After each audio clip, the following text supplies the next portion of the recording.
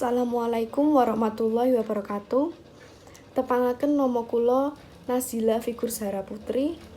Kula wonten ngriki badhe njlentrehaken materi unggah-ungguh basa.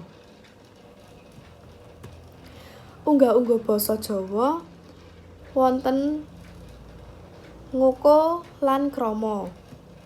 Ngoko wonten ngoko lugu.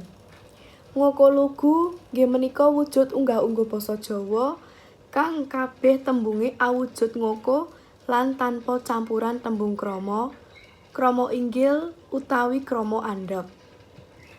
Panggonane ngoko iki saged kanggo kang tembungan wong pertama sing dijak rembugan utawi wong keloro kalihan wong kang dirembug utawi wong ketelu. Wonten wuwuhan utawi imbuhan sing saged digunakake ing ngoko lugu awujud ngoko.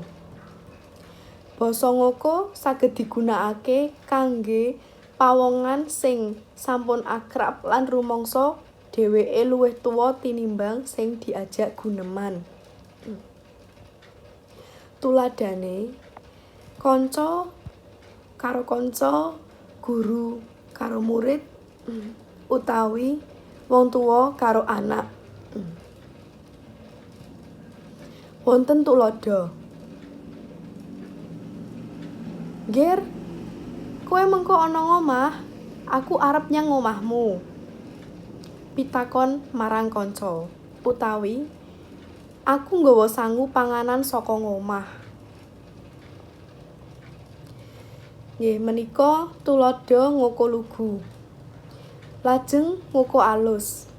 Ngoko alus nggih menika wujud unggah-ungguh basa Jawa kang tembunge boten mung tembung ngoko lan netral, ananging uga nggunakaken tembung krama, krama inggil lan krama andhap.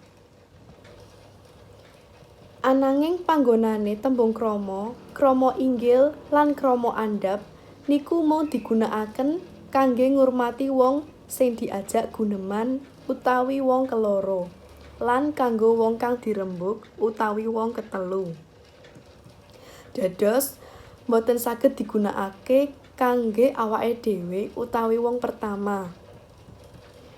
Wuwuhanipun utawi imbuhan kang digunakaken ing ngoko alus uga awujud ngoko dieaken.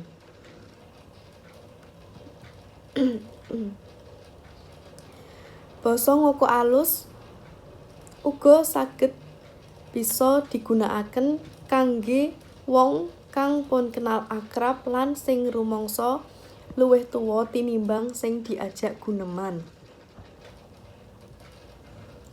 Ciri-cirine ngoko alus ya iku basane ngoko krama inggil.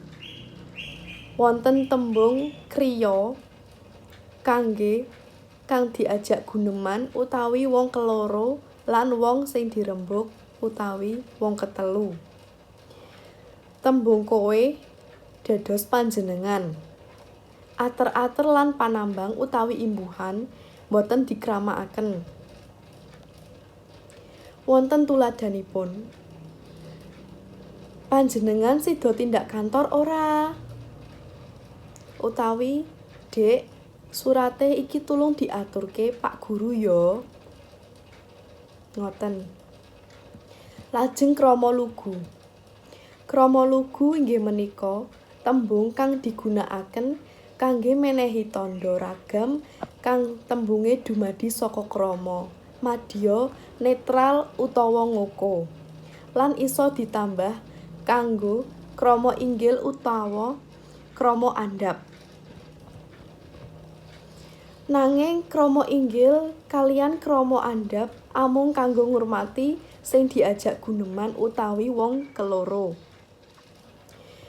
Kalihan wong kang dirembug utawi wong ketelu. Ciri-cirine krama lugu inggih menika dumadi saka krama kalihan krama inggil. Tembung kowe dados sampean. Ater-ater utawi panambang dikramakaken. Tembung aku dados kula. Wonten tuladhanipun nggih menika sampeyan napa nate kesah dhateng Solo utawi yen purun mang mundhutaken sega niku saporsi mawon. Salajengaken krama alus. Krama alus niku wujud unggah-ungguh basa Jawa kang kabeh tembunge saka tembung krama. Krama inggil utawi krama andhap. Tembung madya lan ngoko boten digunakaken. Ater-ater lan panambang kang digunakaken awujud krama dipun enaken. Tuladhanipun Bapak tindak kantor nitih sepeda utawi ibu sare wonten ing kamar ngajeng. Nggih, matur nuwun. Menika materi ingkang saged kula jlentrehaken menawi unggah-ungguh basa Jawa. Matur nuwun. Assalamualaikum warahmatullahi wabarakatuh.